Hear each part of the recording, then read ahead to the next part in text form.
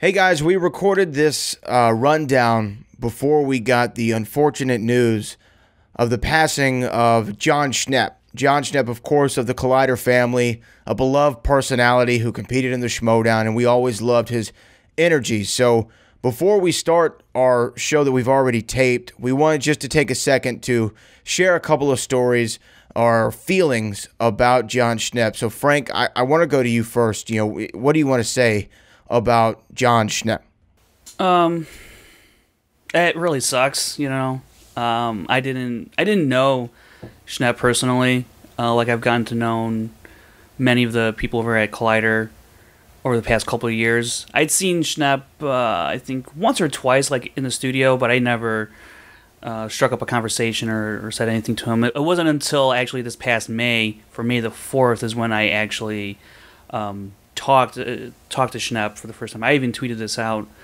It was for May the 4th. I was in town, and we went out, and we heard Schnepp was going to be at the place we were going to, and we found him, and he was dressed up. He had a Darth Vader helmet on, and he was just a big dude. I mean, pictures do not do this guy justice. I think everyone knows that he's a really big guy, but he's big. And I remember standing on one or two steps, and I was still wasn't even as tall as him. And I can't recall the conversation we had or what was going on at the time, but I just remember just being in his presence and just it was really cool because I had followed Schnepp for a while, and I only recently got into this Collider video watching and all that stuff. The community right around the time when The Force Awakens came out.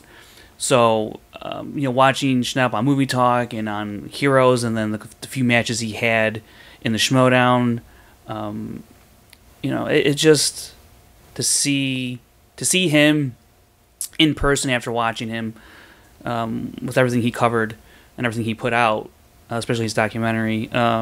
It was a really cool experience and a great memory to have of him. I remember actually we were walking around in the place we were in, and he would say hi to just walking by. I mean, he was like a celebrity. I mean, and we're in the element, John's element. It was May the 4th, and everyone's all dressed up, and it's Star Wars, and eventually it was there's some rave room, and I'm in some sort of rave room, lights, strobes, and there's thumping music, and there's Jon Schnepp, and it's pretty cool. I was there with Dorian Parks and Jack Hind from the Kingsmen. I met up with them, and Alex Marzona, the Schmoedown PA, and I just remember just seeing Jon just in that element, and it was pretty cool. But hearing the news and how I know it must affect others that were very close to him and his good friends, his colleagues, his coworkers, it. Like I said, I've gotten to know other people at Collider over the past couple of years, and to know that they're going through such tremendous pain and sorrow, and they're grieving. It sucks as their friend to know that that's what they're going through, and I think I was watching the live stream for Collider had put on, and I know some people couldn't really bring themselves to watch his stuff because it's too soon for them, and I understand that. But for me, watching it, it was like he's still here. It's hard to believe. It's unfair. So yeah, it just sucks all around, man. When it came to Jon Schnepp, I never got to speak to him. The one Schmoedown taping that I went to, I was there with my girlfriend. You were there, Frank, and I saw Jon sitting over there in the corner, and I was like, man, I should go over to him and tell him how much I loved The Death of Superman Lives, What Happened. I loved stuff like that. I love the what if stories. What could have happened? Why didn't it happen? So I really thought about going over there and talking to him about it, and I didn't. I didn't have the opportunity. I had to leave, and it's now something that I do regret. Not being able to express how much I loved his work. A creator always likes to hear that his work is appreciated, and I definitely appreciated everything that Jon Schnepp did. You know, I always just think about, there are a few things that pop in your head, right? I mean, he had this incredible shirt that I always wanted. You know, the shirt that had the two, I don't know what they were, they Wookiees or whatever they were on them on either side. I always saw that. Yeah, and I always thought that was such Bigfoot, Sasquatch, that's what it was. Yeah. I always loved it. It was like a signature shirt. And every time he wore it, I'm like, oh man, okay, there's Schnepp's shirt, man. You got to love it, you know? And I loved his unabashed delivery on the Collider video of if he had an opinion about something, if he felt something, if he thought something was stupid, if he thought something was awesome, he was going to come right out and say exactly what a lot of us were riding around listening or sitting at our desk watching were thinking. Schnepp was that voice. He was kind of the fan's voice when it came to Collider Video, when it came to Heroes. He looked at it through the super fans' eyes. And I always kind of was drawn to him for that. Loved his opinions. How can you not say sweaty when you don't think of Jon Schnepp, right? You got to talk about all the Sweaties, and I'm a sweaty. We're all Sweaties, and it's a tremendous loss. I'm kind of like you, Frank. It hasn't really, set in, like, especially when it's somebody you didn't know very well, and you've seen him so often. It's just kind of, it's a surreal feeling to think that you're never going to see those opinions again, and especially with the way that everything happened and everything was so sudden. And Jon he was not an old man whatsoever. It's always unfortunate to see something like this happen. Of course, my condolences to Holly and his family.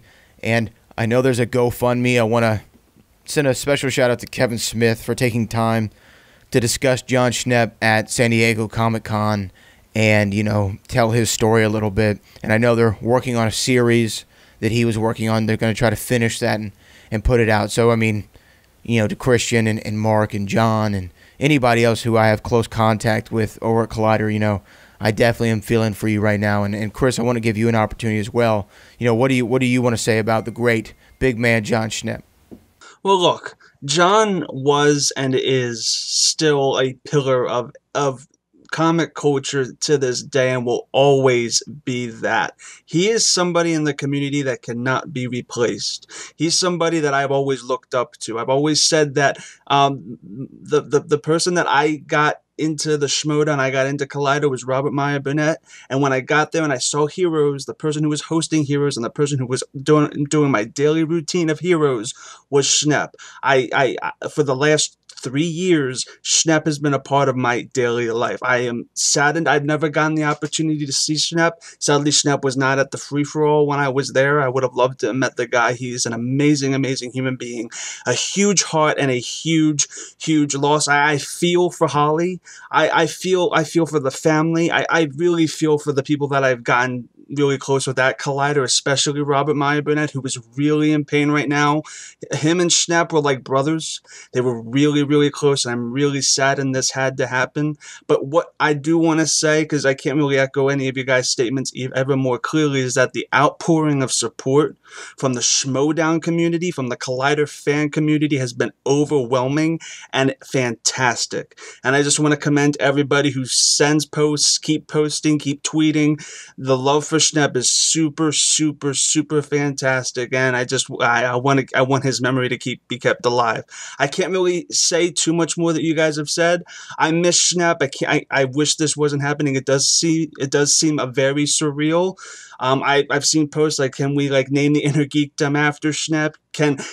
Which is fantastic. I would love to see Heroes come back in his honor. That would be fantastic. But right now the focus is on Holly and the family and what they're going through and the funds that we have to raise. So the GoFundMe is going to be linked in the layout this entire episode. It's going to be linked in all of the descriptions of the rundown from here on out until it's taken down.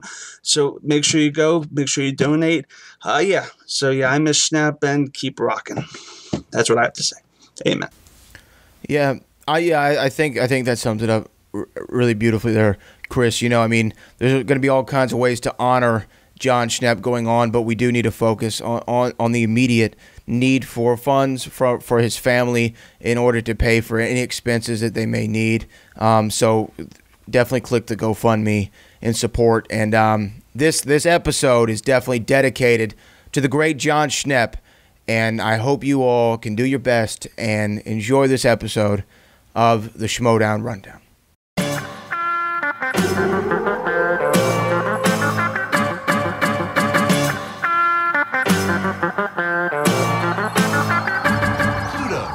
Ladies and gentlemen, it's time for the Schmoedown Rundown. Introducing first, Frankie Janisch, and the host of the Schmoedown Rundown, Brad Gilmore. What's up, Movie Trivia Schmoedown fans? Welcome to the Schmoedown Rundown, the official after show for the Movie Trivia Schmoedown. I am Linus Babcock, and I am joined by my compadre, Francis Friga Janisch. Yeah. I'm not really trying to respond to any of that because none of that was even remotely accurate, Linus. But I do want to say one thing. I never really toot my own horn here, but I have run a 5K. By the time you see this, 20 days in a row. Oh wow, Jenga Janisch trying to get back in fighting shape. What's going on? Yeah. Oh yeah, I'm training for that Back to the Future Schmoedown. This is how you do it. Oh okay. well, train up. Swing for the fences, young Janisch. Swing for the fences, because I think I'm going to be doing really, really well at that. I've spent a lot of money on unnecessary Back to the Future items over the past 7 days, including a commemorative coin and a Marty McFly hat. I am completely ready for the Back to the Future Movie Trivia Schmoedown. Whenever it happens, I'm still going to lobby Christian for us to be like one of these exhibition matches on Patreon. I will fly to Los Angeles, California, just to kick Frank Janisch's ass. But we got a lot to talk about, Frank. We tried to talk about it earlier this week. Yeah, we did, and didn't we? It was a bit of a fail. But before I go on, though, with why it was a fail, I cannot forget to introduce our other cohort, Mr. Christopher Clark, also known as Christopher Biscotti Mozzarella Dinero. You make me sad inside. No, it's Christopher Paolio Piscetta Clark. Thank you so much, Brad. No, this was an amazing weekend. You guys are pathetic. No, but look, everything about this is fantastic. This week was interesting. You guys are going to get into why. The fact of the matter is, I'm actually really excited about this Samm announcement, and we had a pretty. Of course you are. I am, yeah, but I mean, we had a pretty interesting inner Geekdom match, also, to say the least. So let's rock this, Brad. Rock it to the end of time. Yeah, we did have a great Inner Geekdom match, and first off, I want to shout out everybody who watched our live stream last week, and all the participants: Rachel Cushing, Andrew Guy, William Bibiani. Who else is it? Was that all that we had? Jeff Snyder. We had Jeff Snyder, of course. Jeff Snyder. I mean, incredible interviews, incredible people for taking the time, and I think that we really, I think we put this Jeff Snyder issue to bed, and we had a whole other one arise with our Andrew Guy commentary, which was a classic. I think, instant classic moment here on the Movie Trivia Schmoedown, and we'll talk about Andrew Guy in a minute, but let's talk about our fail here. We tried to go live after the Samm Levine announcement, which is our big news item of the day, and we're about to get into it. And our live video was a bit of a fail. My phone died, and then I couldn't reconnect. So let's talk about it, Janisch. On the Tuesday edition of the Movie Trivia Schmoedown, we got no match. We got a 30-minute announcement from the dual champion, the tag champion, or the team champion and singles champion, Samm Levine of Above the Line, and he made a really shocking announcement. I was teased from Christian Harloff that this announcement was going to shake up the entire league, and I think shake it up it did. Samm Levine stated that he has accomplished every goal that he set out to accomplish in the Movie Trivia Schmoedown, and he is effectively stepping away from the game. We don't know if it's a full-on retirement, but it's a pseudo-retirement, at least for the time being, and he has relinquished both the singles championship and the team championships, and I'm really shocked by it. There's a lot of angles to get to about this, but I guess first, Frank, your initial reaction when you found out Samm Levine was no longer any champion in any division. I was stunned. I was stunned. There's really no other words. And then, given what had happened at Collision, the whole anarchy, and we just had a match for the triple threat to see who's on the other side of Ethan Irwin for a number one contenders match, or part of a number one contenders match that will then face Bibiani. How is just a bunch of thoughts racing to your head about how that implicates everything else that's going on in the league, and then you step back and say, "Damn, like he's stepping away, dropping something that no one has ever done willingly." Whitwer was stripped, but Samm Levine here willingly drops both belts. It's doubly as shocking because he holds both, the first to hold, and when you drop both of them, that's a huge announcement to make, because you are at that point the face of the Schmoedown, and so the face of the Schmoedown effectively stepped away from the game for the time being.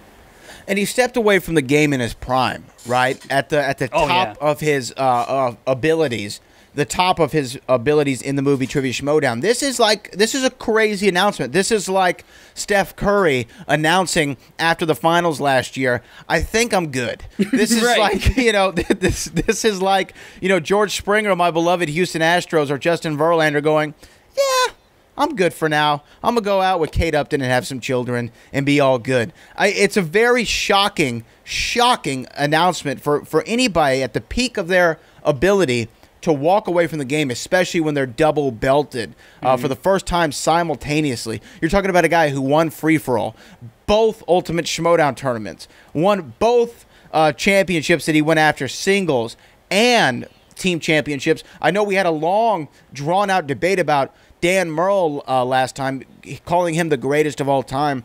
I think there's a real case for Samm Levine as the GOAT. An easy argument can be made. And I don't think this is really unprecedented. And let's talk about some of the ramifications of it. Chris Clark's favorite person in the world, William the Beast Bibiani, was set up. It was going to be Levine, Bibbs, number 2. We're going to see the rematch. And a lot of the times, I've said this about the NFL, and I think that it really carries over into the Schmoedown.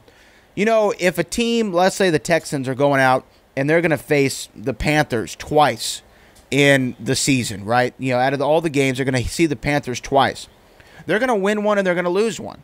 Because if they win the first one, they're going to be overconfident going in the second one. If they lose the first one, they're going to do their studying and beat them the second time around. It happens all the time in professional sports. That's one example. So a lot of people could say momentum, especially from the free-for-all and the Jeff Snyder match, was on the side of William Bibiani, and there could be a little fatigue from Samm Levine. A lot of people, I think if you did a poll right now, and commenters, please go ahead and comment, I think even though Samm would obviously be the favorite, I think smart money would have been on William Bibiani in this rematch. So Samm walking away, now Bibbs doesn't get that opportunity at Levine. He's got to wait to see what happens with Andraco, Ethan Irwin. I honestly think, and we can talk about Samm here more in just a second, I think this is really an unfair position for William Bibiani to be in, and I think he got the short end of this stick.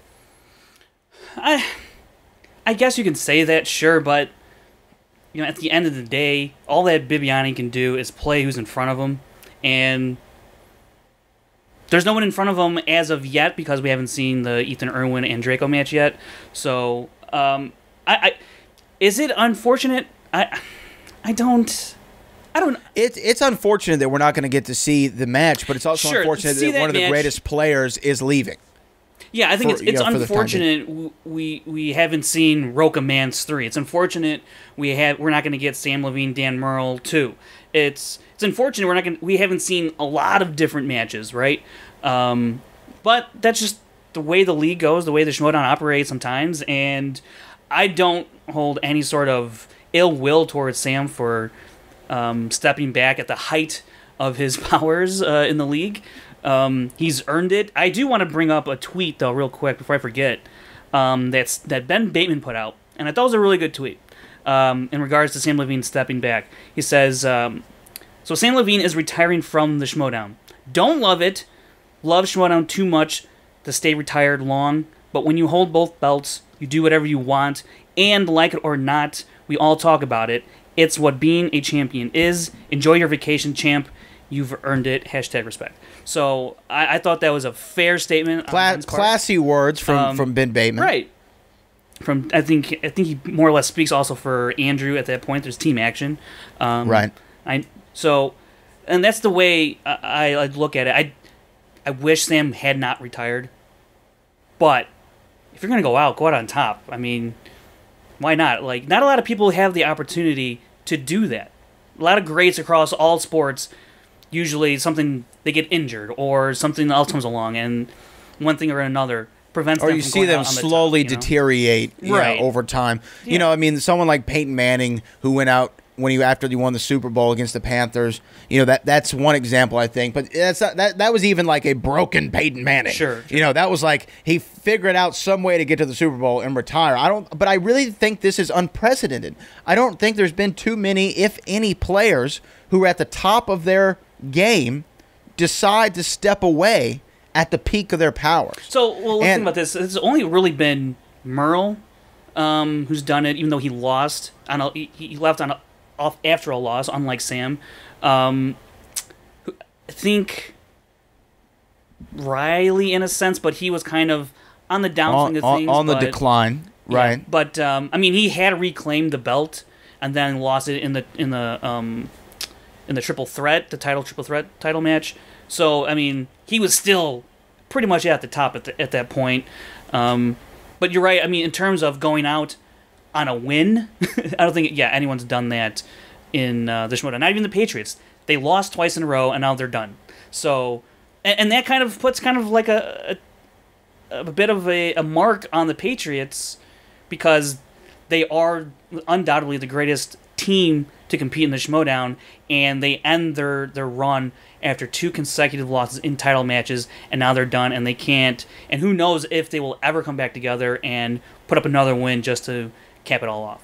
You know, that's an interesting thing, and it's kind of sending me down a path I didn't expect to go down. But when you talk about the Patriots, I mean, I don't think that it takes away from somebody's greatness. You know, and this is going to tie back into Samm Levine. I don't think that it takes away from somebody's greatness if they go out on a loss, right? Mm-hmm. We just saw Dan Murrell. He went out on a loss. He came back to a loss. We all still hold Dan Murrell in high regard. To go to another sports reference, you go to Ronda Rousey, was one of the most dominant MMA fighters ever, especially when it came to women, and people want to look at her as if she was not as great as she was because she lost her last 2 fights. I don't think going out on a loss necessarily brings your value down. Same thing with the Patriots. I think that forevermore, especially 3-4 years from now, we're not even going to discuss the Patriots' losses to above the line. We're going to discuss the dominance of the Patriots. So it's interesting to me that I think Samm Levine walks away and he can, and I think his reasons are completely valid. But I also think there was a part of his decision that was influence of, well, I can go out on top and I don't lose my championships. I give them up. And I don't know if that's necessarily the best mindset or the best reasoning for relinquishing championships. I don't know if going out and saying, well, I just don't want to get beat, so I'm going to relinquish the championships. You know, I mean, I think some people could take it that way. I'm not saying that's what he meant, but I'm saying that I think that there could be an argument. There are people out there who are saying ridiculous. that. It's ridiculous to me. But I think, as ridiculous as it sounds, I can understand the point of view, right? I can understand, you know, a guy who loves the game so much, takes the game so seriously. I can understand some people saying, well, he just doesn't want to lose. That's why he's giving it up. He just doesn't want to lose. Do I agree with it? No. Can I see the logic, and is there a minute ability to justify it out there? Does somebody have it and possess that ability? I'm sure that they do. I'm probably not the one to voice it. But I think that it is an interesting thing to look at, and we should just discuss. Do you think that was any at all a motivating factor of Samm Levine to say, I don't want to lose. I want to just give up the titles rather than lose them? If you're one of these people that are saying that, oh, he's giving up the belt because he doesn't want to lose, think about what you're saying and think about How is that even remotely true? Why? No one wants to lose, period. No one wants to lose, period, right? So Right, ever. So, ever. And if you've defended the singles title twice, you've won it, you've defended it twice, you've won the team title you took it from the greatest team that ever played, and then you defended it against them again, what really is there to prove? The whole goal of the Schmoedown is to win the title. He's won the titles. The goal isn't really to let me win the titles. That's not the goal, but the goal is to defend it for eternity or until I lose. That's not your goal when you set out to get into the Schmoedown, into the league. It's to win the title. He's done that and defended it twice in the singles, once in teams. Thinking that he doesn't want to play anymore because he doesn't want to lose, okay, but really, seriously, what else does he have to prove to you? To anyone in that league? I just don't see it. He's done it. Why? Because Ethan Irwin's coming up the ranks and he's a good player, so Samm Levine should play him, because if he doesn't, then he's scared because he's running away from him. I'm sorry, I just don't think that's the case, because there has been other cases in sports, like basketball. You had Jordan overlapped a little bit with Kobe, who's overlapped with LeBron. Like, they've never went head-to-head in finals, but because, they didn't stick around long enough to see that happen, were they running away from that? Or it's just, it's just time happens, things happen. But they did play each other, though. They did play each other. Well, I mean, Levine has played Bibiani. So it's not That's true. But not Irwin. To your other example. And Irwin's a rookie this year, and, right. And it is what it is. Is it unfortunate? Sure, but it'll still be fun to have that debate of, let's say Ethan Irwin does win the title. It's gonna be fun to have that debate, but I'm not gonna say, oh, Levine, he ran away from that one. He's scared of Ethan Irwin. I don't think so. I don't think that he's running. Yeah, I don't think that he's running away. But I know Chris Clark's been biting his tongue. He wants to say something. Chris, what do you got?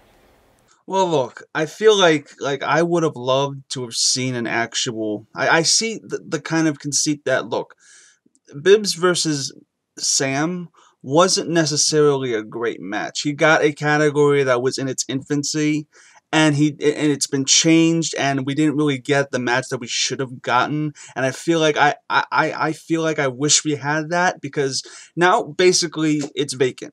The belt is vacant. To the point, that's vacant. The team belt is vacant.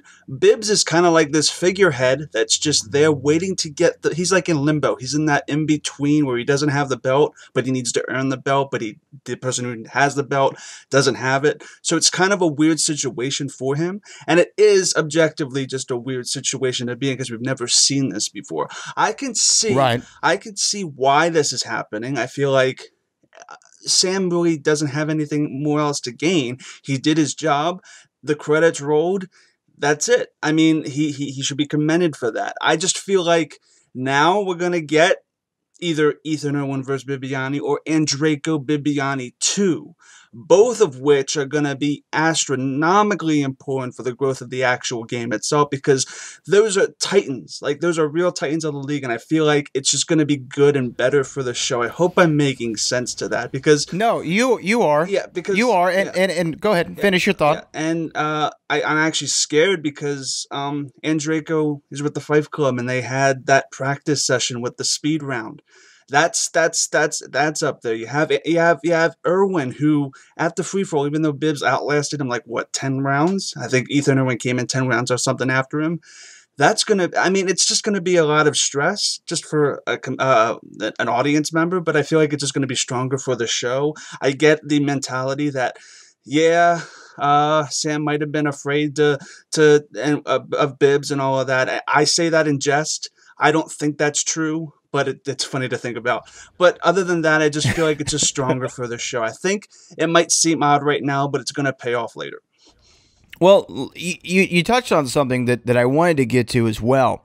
There's a few more things on a few more bites on this bone when it comes to the Samm Levine relinquishing both championships. One of which is this: let's just fantasy book and say it's going to be William Bibiani versus Ethan Irwin, or William Bibiani versus Android. Doesn't matter.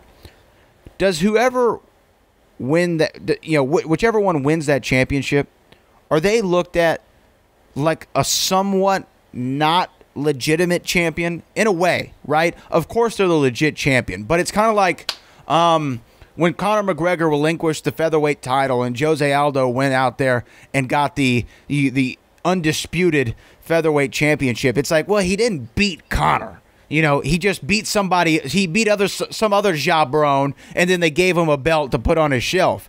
You know, so if Bibiani wins, if Ethan Irwin wins, if Andrejko wins, whichever man is the champion, are they the champion with an asterisk next to it? I go to Frank first.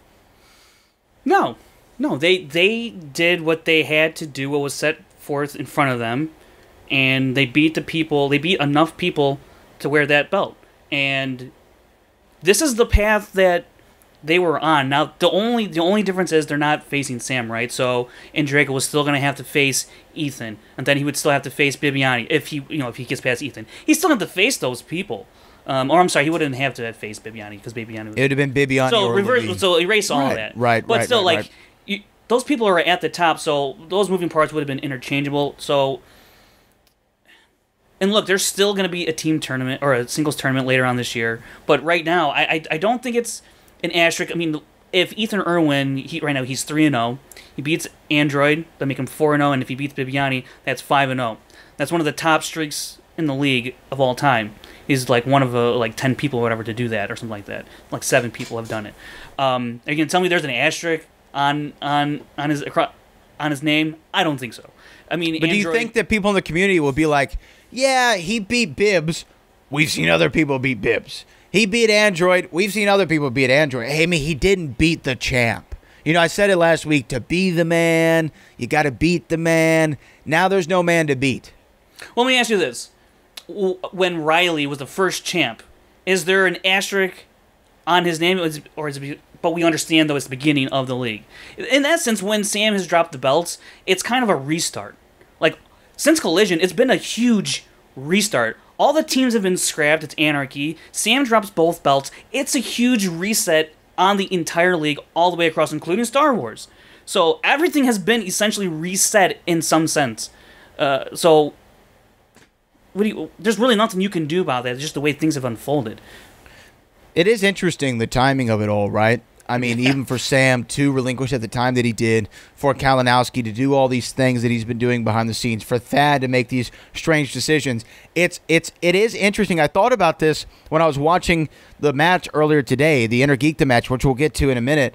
There is like this great, it's not a hard reset, right? It's not like, okay, let's just not pay attention to the rest of those films and blow them up and then start from scratch with a reboot, a full-on reboot. Mm-hmm. It's kind of like they're doing with the Halloween movies, right? Where it's like, yeah, you know that first one with Jamie Lee Curtis that was like the dopest movie ever? Yeah, we're just going to make a direct sequel to that, right? All those things in the middle, H2O, Halloween 2, whatever else the hell there was, just forget about it.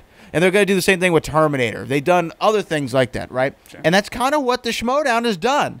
It's not like forget about the movies in the middle, but it's like, hey, I know you love the Movie Trivia Schmoedown. We're doing a soft reboot. Just a soft reboot. Mm-hmm. You know, the champions are pretty much stripped. All the factions, all the teams, they're all gone. They don't matter anymore. We're starting anew.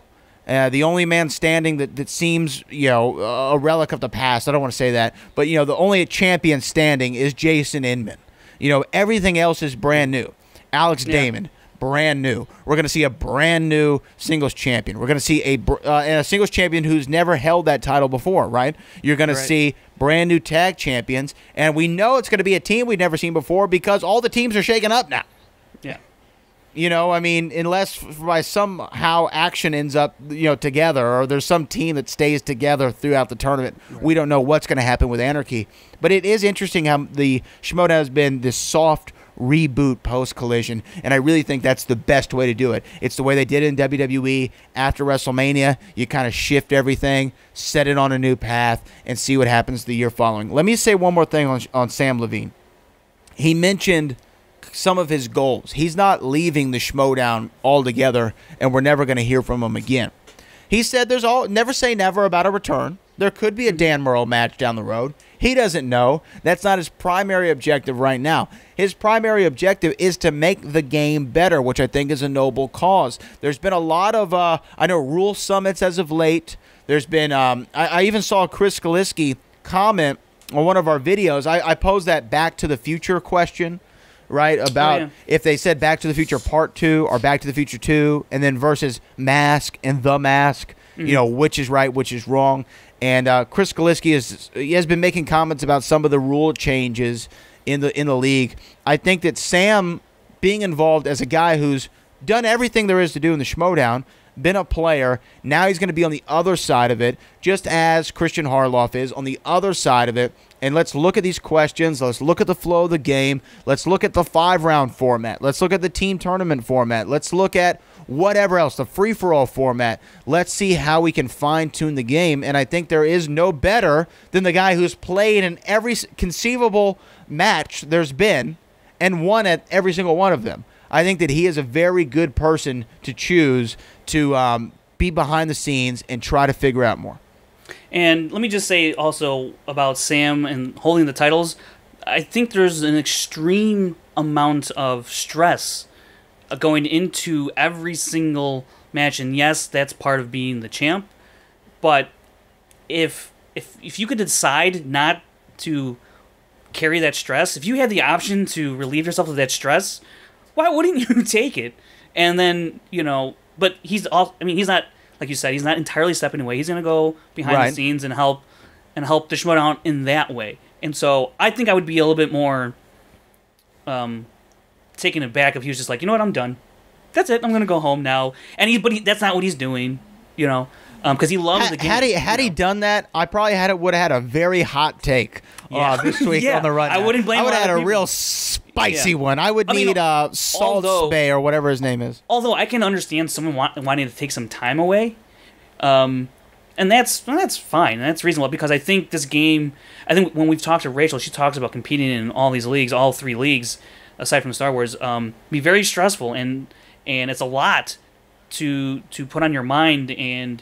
Because they still have real life stuff. No one makes a living off of playing and producing the Schmoedown, right? Yes. So, not yet, yes. Hopefully, not yet. One day, hopefully one day. So, it's not like this is the only thing they can concentrate on like professional athletes. This, you know, so if they need to take some time away and get away from that stress, fine, do it. And hopefully you come back sooner rather than later like Dan Merle eventually did come back. He needs some time. Right. But, and other people have different circumstances why they would take some time. So I just hope people can kind of like calm down about, you know, I've seen people say I've lost respect for Samm Levine. This is a weak move. He's running away. Just come on, foolishness. People. Come on, foolishness. Really? Yeah, foolishness. And like I said, if he wasn't sticking around, and if he said, you know what, I've kind of had enough. I'm chunking deuce. Here are your titles back. They don't really mean much to me. I would have felt a super type of way about that. Mm-hmm. Why did you even bother? Why did you even play in the first place? Yeah, I would have been, as they say online now, I would have been big man. But I think that the fact that he's sticking around, and obviously we know that he loves the game. He's been super passionate about it. Especially, he's been on this show, and he's been super passionate about it. He and Drew McQueenie, which is an interesting piece that we haven't discussed. Drew McQueenie took this news, I think, as great as anybody can possibly take it. And the one person who has every right to be upset is the one person who can be pissed off at Samm Levine and call him an asshole and maybe be justified in it is Drew McQueenie. And he's like, nah, man, sounds good to me. Do what you got to do. Yeah, do what you got to do. Do what you got to do, Playboy. I'm here. I'm going to stay here. I might win him again. I might win that title again. I might go try this. I might get a new partner. I've done all this before. I want the challenge. And if you listen to Drew, it's in part because they accomplished what they set out to do. Right. So he's like, well, we accomplished what we wanted to do. I guess we can move on to other things. Because like I said, it's not about always defending. It's about winning the title, and maybe you defend it once or twice, and then you go on and you find a new accomplishment to look at. There's something in me, though, that likes the Stipe Miocic of the world who's like, I'm going to defend this belt until I lose it. But at the same time, there's nothing wrong with setting a goal, talking to your teammate or telling yourself or your consigliere, whoever your Robert Duvall in your life is, there's nothing wrong with telling them, hey, these are my goals. Once I accomplish these goals, I'm out. Just like LeBron James. He's like, I'm coming back to Cleveland. And once I win that championship, my debt has been paid to you. That's my goal. I'm out. And the fans of Cleveland this time, they didn't burn the jersey. They didn't call him, an a-hole. They went. Did Linus burn above the line T-shirts? I hope not. Linus. Someone needs to check on Linus. I haven't heard from him. He corrected me that he's 12 and a half and not 14. But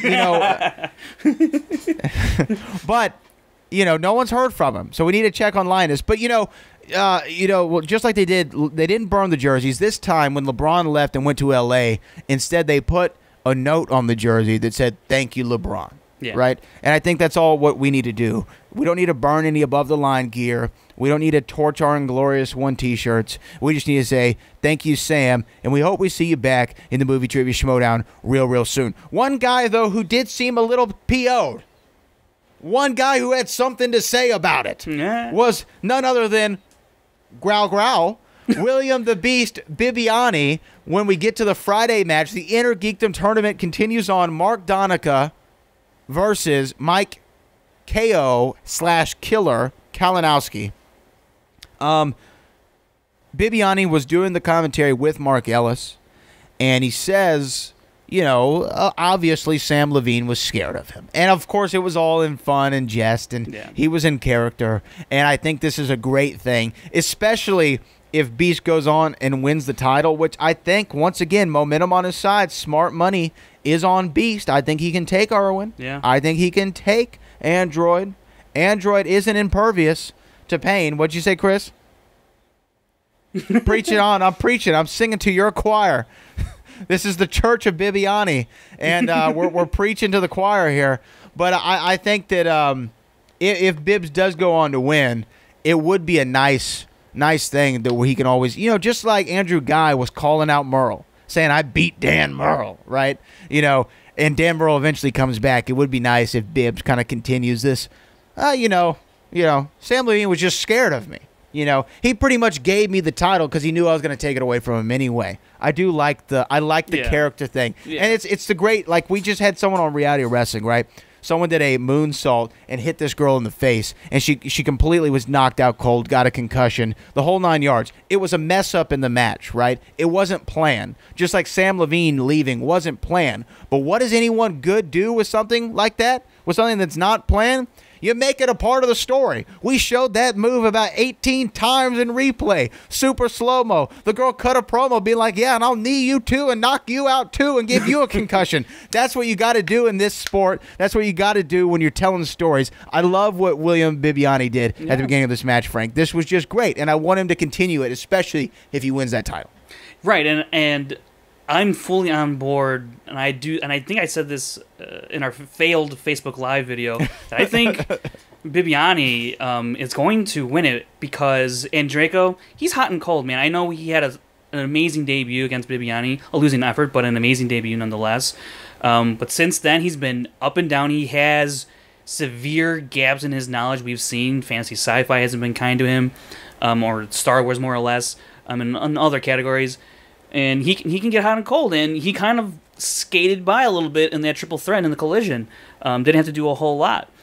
And then you look at Ethan Irwin, very inexperienced. I know as the season has gone on, the year has gone on, I feel like he's gotten more and more invested in the Schmoedown. But Bibbiani, he's a vet. He's been doing this for a few years now. He knows he's been through it all. Ethan Irwin has enjoyed some rookie luck, I think. And he's bold statement. Match-wise, I mean, I'm not going to take anything away from his free-for-all. That's stellar stuff. Right. I'm not even going to touch that. He did okay. Right. He only went like 15 rounds. He beat Dan Merle's record from previous free-for-all. Right, but he did okay. But like the inexperience for Ethan Irwin, I think will play a big factor. And that's why I think Bibbs is going to take it. And you're right, I love that Bibbs really lays into this idea that, oh yeah, Sam scared of me. I like that stuff. And by the way, before we get into this, when we get into the match though, Beast at the desk here, he was on fire, man. This dude, so good at the desk. Yeah, he's one of the good ones. I like Bibbs at the desk. I've missed Ken Knapsack as of late. We haven't got enough Ken Knapsack on the desk in the past couple weeks. Want to get him back. But let's talk about the match. The match was Mark Donica, formerly of the Lions Den, now a part of the Knights of Kin, it does appear. He's out there, and he's going against Mike Kalinowski. I floated this theory when Mark Donica was on this show. What would happen if you go out there and beat Kalinowski, and then he pulls some kind of Queensberry rules match on you, right? I was still waiting. I was braced, like an antelope ready to run away from a lion. I was ready for something to happen like that. But we're going to get into the match that was. Mike Kalinowski, this was his tournament. He created this tournament so that he could, one, put a spotlight on Inner Geekdom, but two, obviously he wants to be Inner Geekdom champion. There's no other reason to create the tournament unless you want to be Inner Geekdom champion. So I thought this was a real do-or-die match for Mike Kalinowski. I thought this was also one of the more difficult things for Christian. I'm sure Christian was biting his nails at this match because if KO loses, what does that do to the storyline? Does it take away from it? Does it add to it? What does it do for the storyline? So I thought that there was a lot on the line in this match, and I got to say, brother, did I like this match. Overall, this match was so entertaining. And these are the things, right? We've talked about they don't always have to go out there and give me an Iron Man classic. They don't have to go out there and give me this technical wizardry. You just got to entertain me, right? You got to go out there and tell a story, but entertain me through your play. And I got to say quickly, and when I say quickly, I mean real quickly, Kalinowski is becoming probably my favorite thing and player in the Schmoedown. It's him and Andrew Guy right now. For me, it's him and Team Action. Like yeah, they're Team like Action, my you're three. Right. Team Action as a whole. Yeah. But yeah, it's been pretty phenomenal this past couple months. I think it's been. He just kicked it into high gear. Yeah.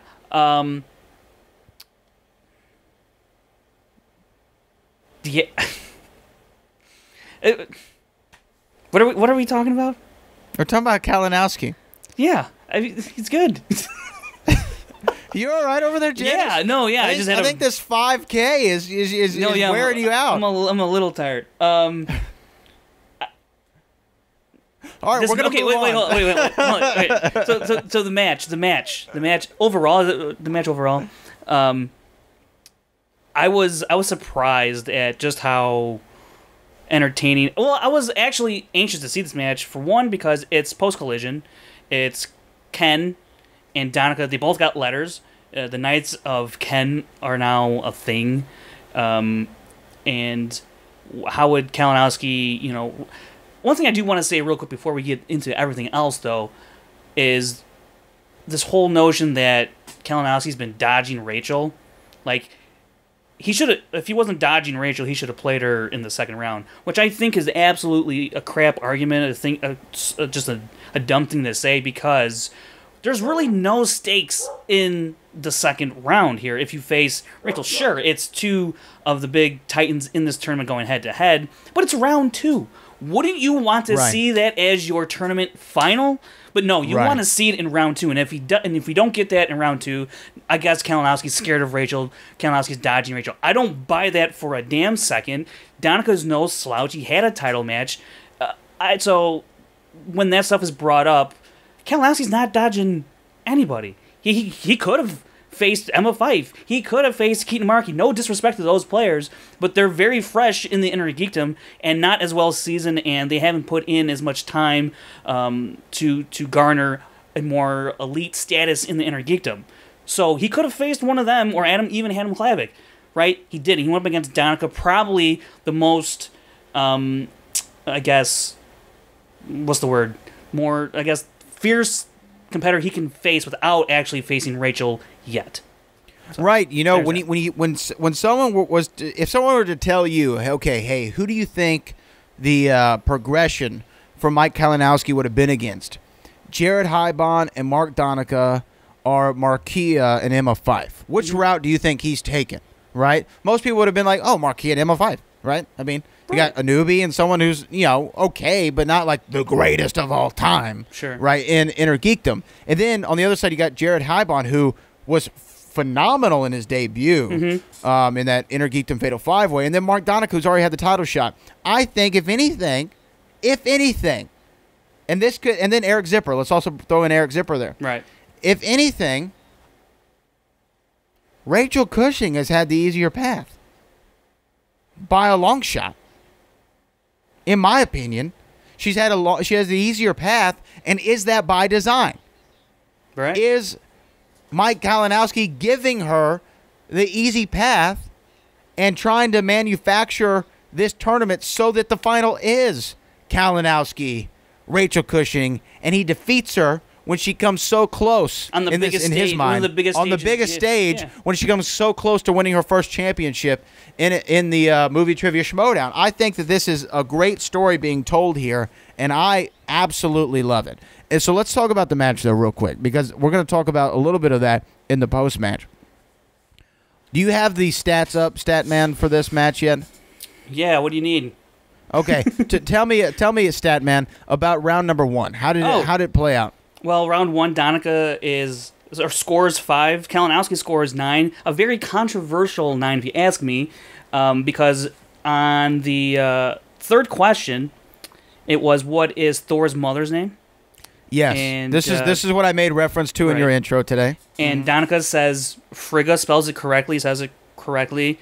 Kalinowski, Mike, he says, what is it? How does it? I don't know. I think he said Phrygia. Phrygia. And he basically swaps out the second G for an I, and that's the difference in the spelling, and the pronunciation can be however you want to talk about the pronunciation. It doesn't really matter to me, the pronunciation.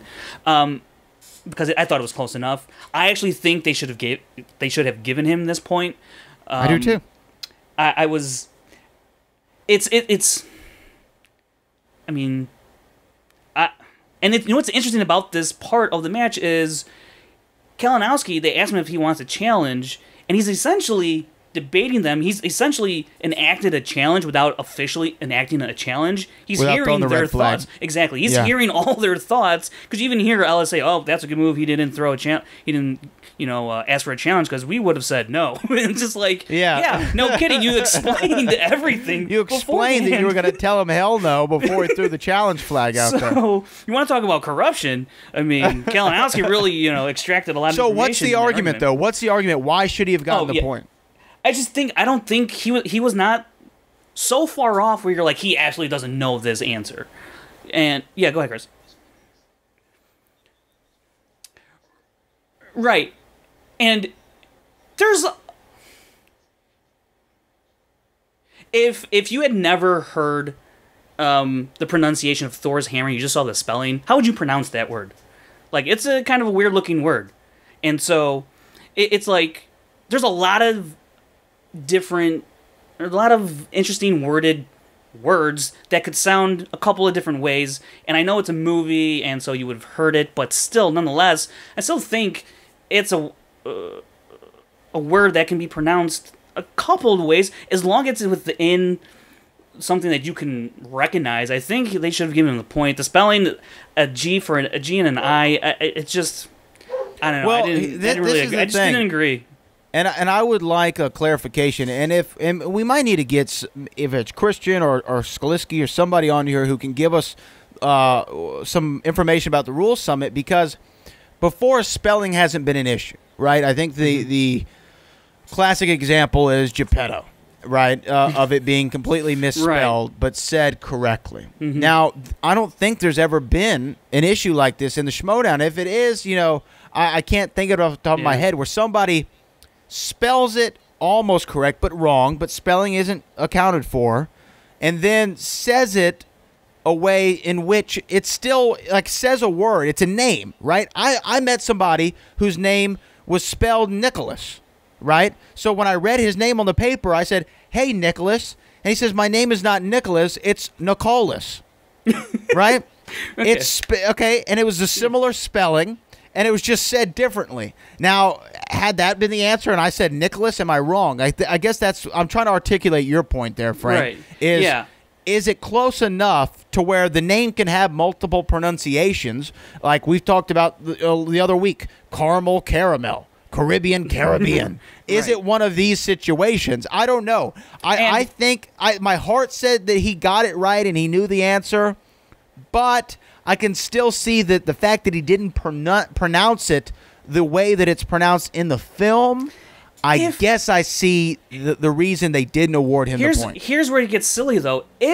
Because Donica answered before him, says it correctly, and he even has the correct spelling, if Kalinowski shows his board and says it the way Donica says it, they give him the point.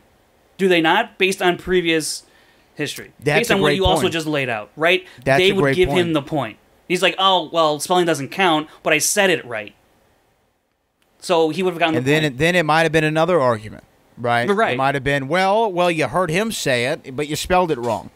I think that we need clarification. I want clarification on the Kalinowski ruling because but honestly, also though, it ventures into that territory that I talked about the other week of Back to the Future 2 and Back to the Future Part 2.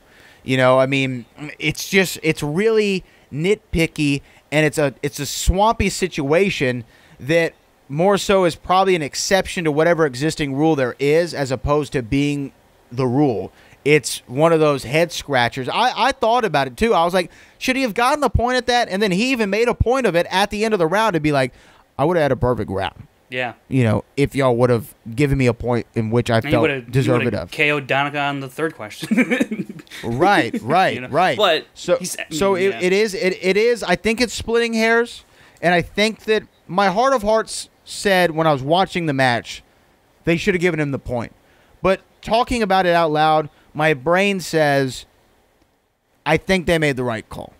So I really leave this up to the commenters, and I like I said, I would love clarification on this ruling. Sure. Christian, Skaliski, anybody, Sam Levine now, anybody who could weigh in on this issue, I would love to hear the argument as to why it was or was not correct definitively. There's been leeway in the past with these kind of things. Yeah, so. It's been up in the air. It's really been at the discretion of whomever's at the desk. And I think that sometimes you run into an issue that way. And if this came out of one of the rules summits, then okay, fine.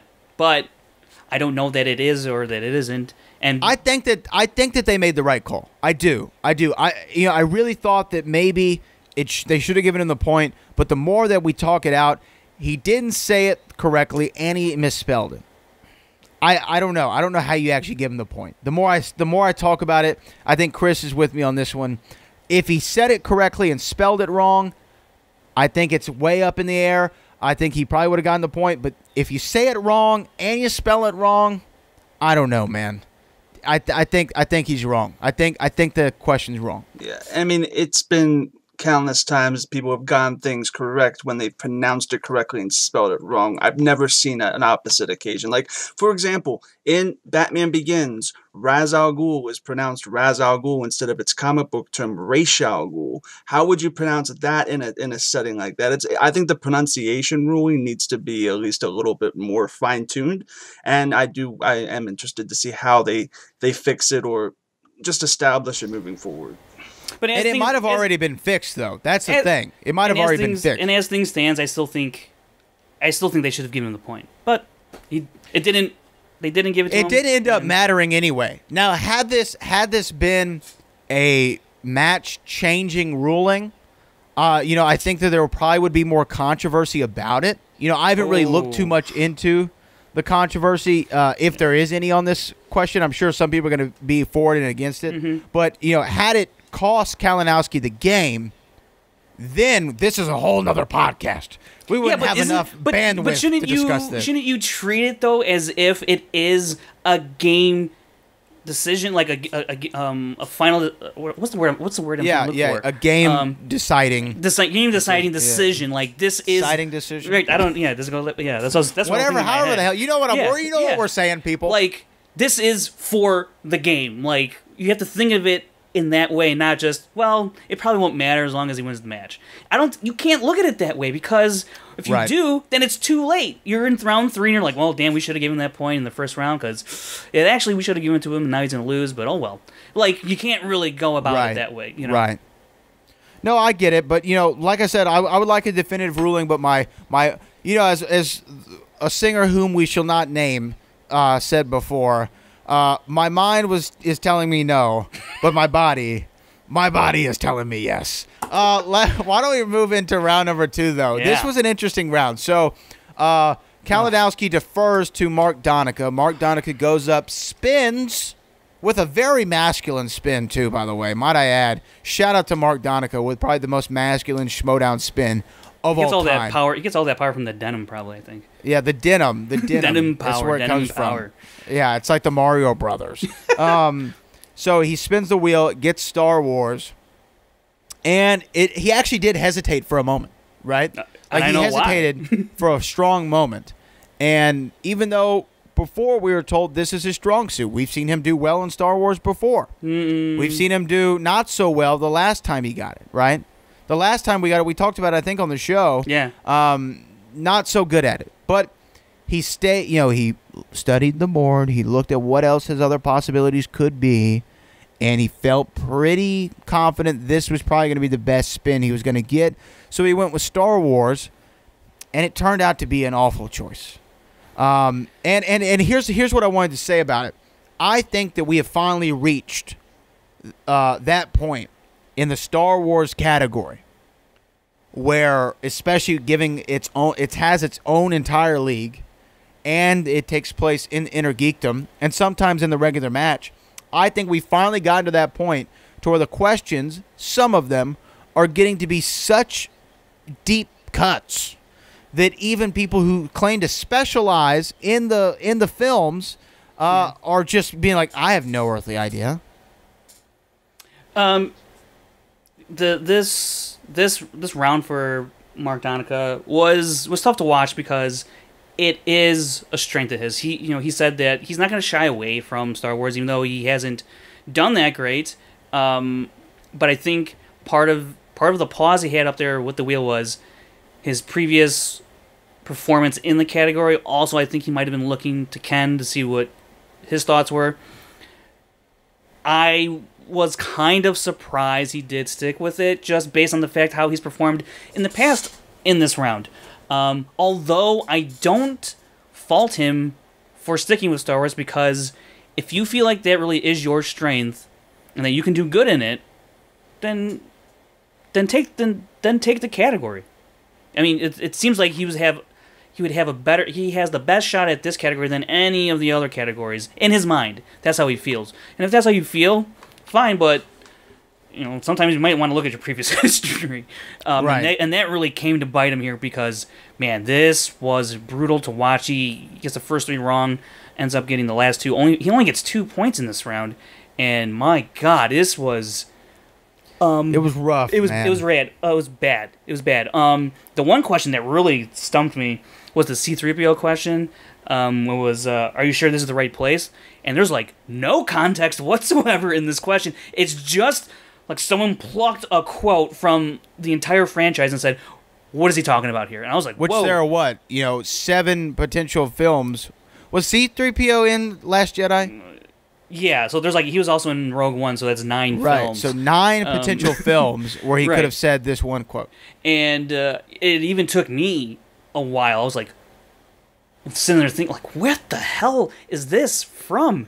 But credit to Mike Kalinowski, though, because he got it right. He got it right, man. And it eventually did come to me. I don't know if Donica went to... I don't think he went to... He went to multiple... Did- I think he did. Anyways, but still, that was a hell of a question. The other ones I thought... And he even said in the post-match, he kind of rushed it. He should have... He got the answer in his head. He should have worked it through. Work it all the way down to the count, man. And just, and then give your answer if you have one ready to go. But yeah, it was really tough to watch this one happen, because then as this, once I realized he only had 7 points at the end of 2, I was like, oh, this, and then I started doing the math in my head about, oh, Kalinowski could get another knockout here. This is insane. And well. It's, Well, yeah. So let's talk about his performance, though. Let's talk about he goes up and he spins Heroes first, right? Yeah. I believe he spins Heroes, and then he respins, avoiding that category, which we've also seen Ken Knapsack avoid. When it came to I think Star Wars, but a category that people don't seem too confident in. And I wonder how have people done in Heroes overall? Have they done okay? I think it's kind of a 50-50 category. Actually, I don't know because when I record the stat, I actually look at the question and see what other category it falls into, whether it's like a DC or a Marvel. Right. And then I throw it in that category. I actually don't have a running tally of questions in the Heroes or Villains category.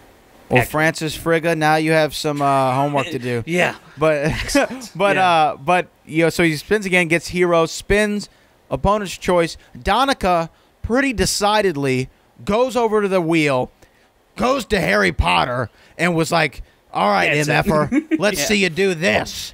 And Kalinowski was like, all right, cool. And this is like giving Ben Bateman Oscars. And look, it's actually it's the best move Donica could have done because statistically speaking, Mike Kalinowski was not good in this category. Coming into it, he was 2 of 6 in this category. The other category he was the weakest in was Star Trek, and he was like 4 of 9 or something like that. He was actually, let me see here, Kalinowski was 4 of 7 in Star Trek, and he's 2 of 6 in Harry Potter. So going to Harry Potter was the best. It was the most Moneyball move he could have made in this match. And, right. And you cannot just. But then Kalinowski just proved that he did his homework. He definitely did his homework, and he was great. And I recently rewatched the Harry Potter series on HBO now, and I actually knew a lot of these questions, which I was pretty proud of myself of. Even the spell question, Aloha Mora. I feel like I say that all the time. My favorite Harry Potter spell was also one of the multiple choice answers, which is ridiculous. I love that that's a spell. I actually love Bibbs' little quip about how Kalinowski sounds like it's a spell. Kalinowski! It does sound like a spell. I think you can take any Polish name, right, and make it a spell. Probably. Master Polski! It all works. But he goes in, he performs well, and he ends up knocking him out.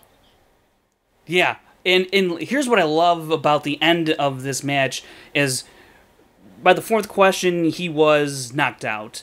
But not officially because we had to go to that 5th question and to see if Kalinowski would miss, and then Donica could could steal. Right. But what happened when we got into this match, or the last question, is it was kind of drawn out. And I found myself feeling the intensity ramp up as, is he going to do it? Is he actually going to knock out Donica for his 2nd consecutive knockout? And they were taking some time to get to the question, and I was like, holy crap, are they going to, and I just love the way it ended, and Kalinowski's whole attitude in this category was just amazing. He was talking mad trash to Mark Donica, and Mark Donica, honestly, like for a shoot, didn't seem to appreciate it too much. Yeah, he seemed, I don't know if he's peeved at Kalinowski, but I think he's more peeved at himself. Right. But you're right, he did not look pleased. He was like, damn it. He stole his jacket at the end of the match. He ran off with Kalinowski's jacket. So. Which I did enjoy. But I do love, it was I think it was kind of a team action move where he was just like, Nimbus. Ready for this?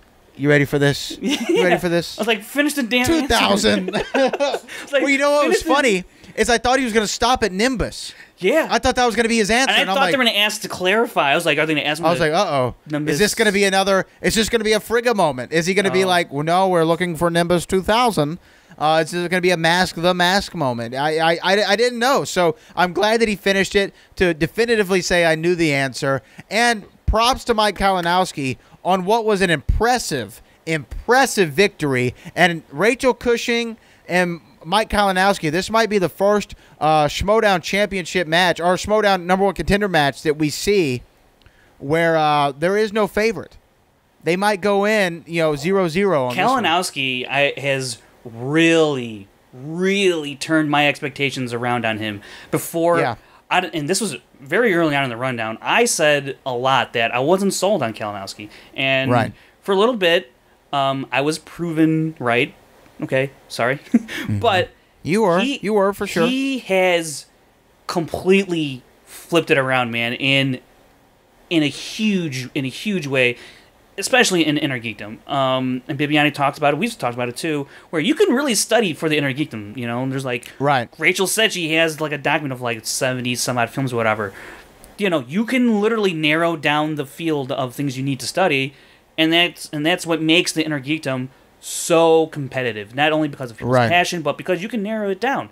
And I think Mike Kalinowski has proven that when you put in the time to study for the Inner Geekdom, you can reap the rewards in a massive way. And he came out huge today in Harry Potter because that was a glaring weakness for him previously, but it appears that it is not a weakness anymore. If anything, it's not as bad as a weakness.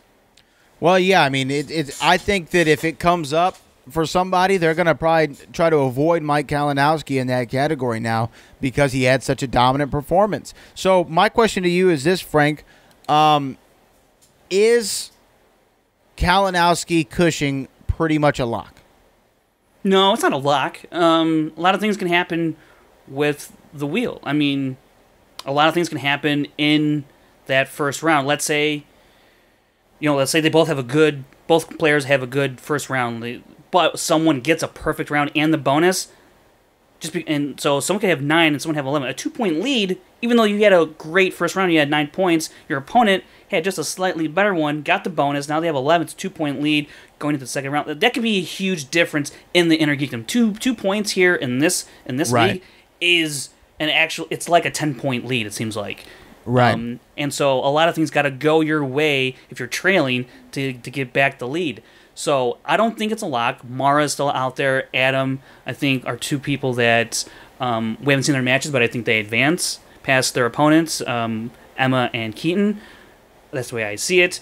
And I think, it's not... I mean, Mara or Adam could very well end up in that tournament final against Kalinowski or Rachel, whoever. I mean, those 4, I think any of those 4 could end up in the tournament final. Well, we're going to have to find out and see. I think that we did find out that the Knights of Kin will be in the corner of Kalinowski. But real quick, just to clarify that, though, there's no doubt that Kalinowski and Rachel have been the 2 most dominant people in the tournament so far. No doubt. But Mark and Opic, we got to see, man. Yeah. We really got to see.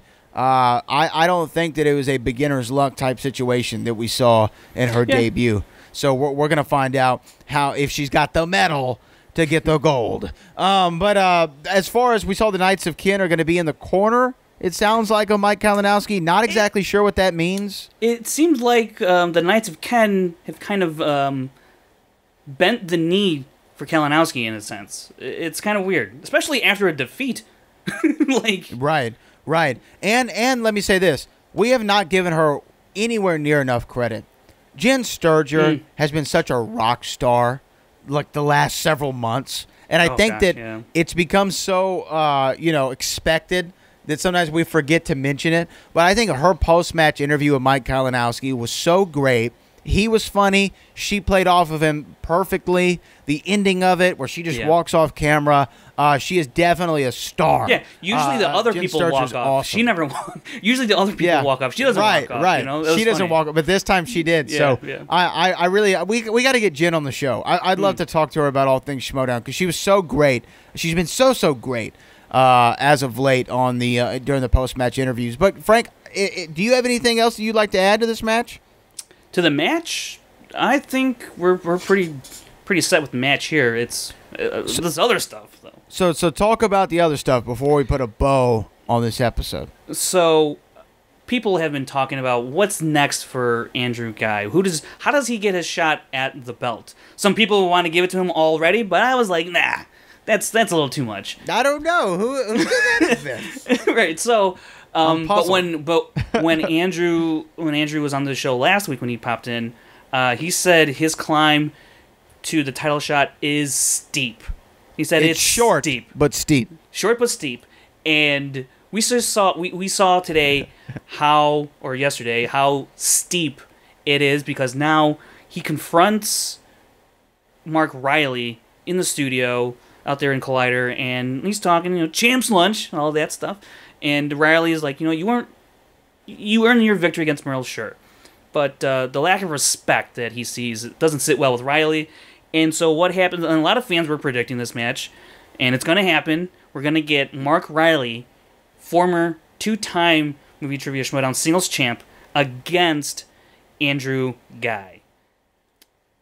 Well, you want to know what's something interesting about Mark Riley being a 2-time Movie Trivia Schmoedown champion? You know what's interesting about that? Is to be a 2-time champion, well, that means you've lost the title twice, haven't you? So you aren't impervious, are you, Superman? And I think Andrew Guy's going to come in to, on planet Krypton. He's going to spray paint Guy was there. He's going to hop on a spaceship, go to Smallville, Kansas. He's going to take a big crap in the cornfields. Then he's going to fly over to the Fortress of Solitude, and he's going to take that sumbitch over because Andrew Guy is my guy, and he's going to defeat Mark Riley whenever, wherever he needs to, and solidify that Guy is realer than Real Deal Holyfield, to quote Snoop Dogg. I'll say this about the match. I don't know if Andrew Guy is going to win this match. I do. Because, I give him more of a shot than I ever did against Merle, that's for sure.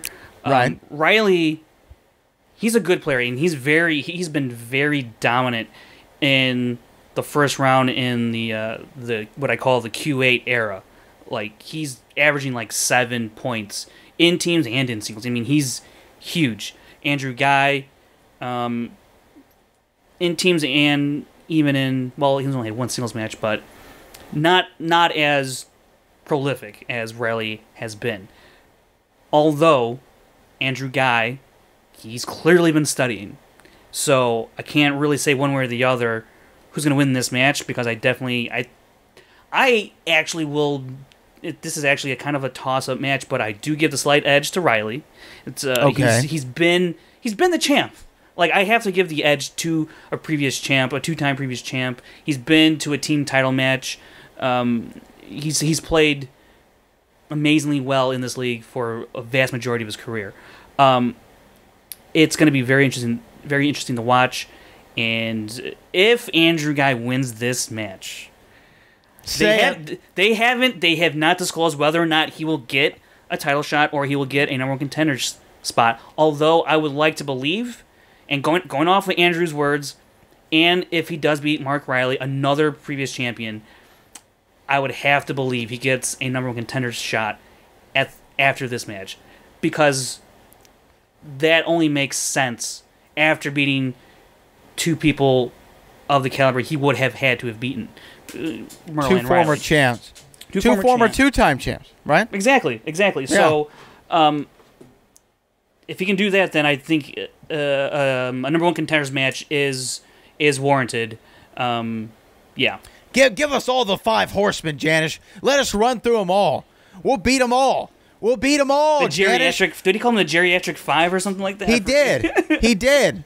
We're gonna go through Merle. We're gonna go through Riley. We're gonna go through Roca. The Space Cowboys. We're gonna go.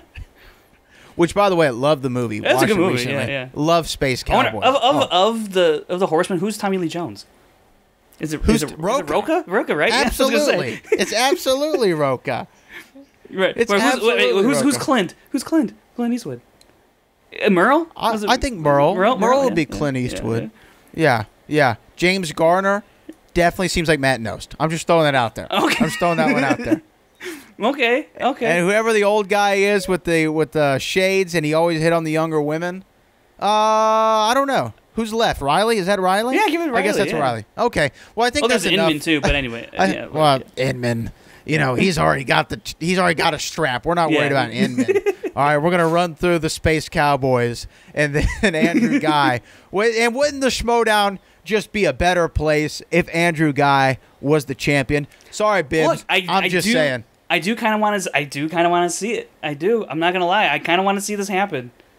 I think it's going to happen. I don't know. And then we're going to see, just like it happened to the Rockers, we're going to see, Andrew Guy throw Ben Bateman through the barbershop window, and then we're going to get that rivalry down the road. Cannot wait for it, but I think that we've covered it all. We've said it all. We've done it all. There is no singles champion. There is no team champion. Andrew Guy is a future champion. We've talked about it all, Frank Janisch, so why don't you let the people know where they can find you?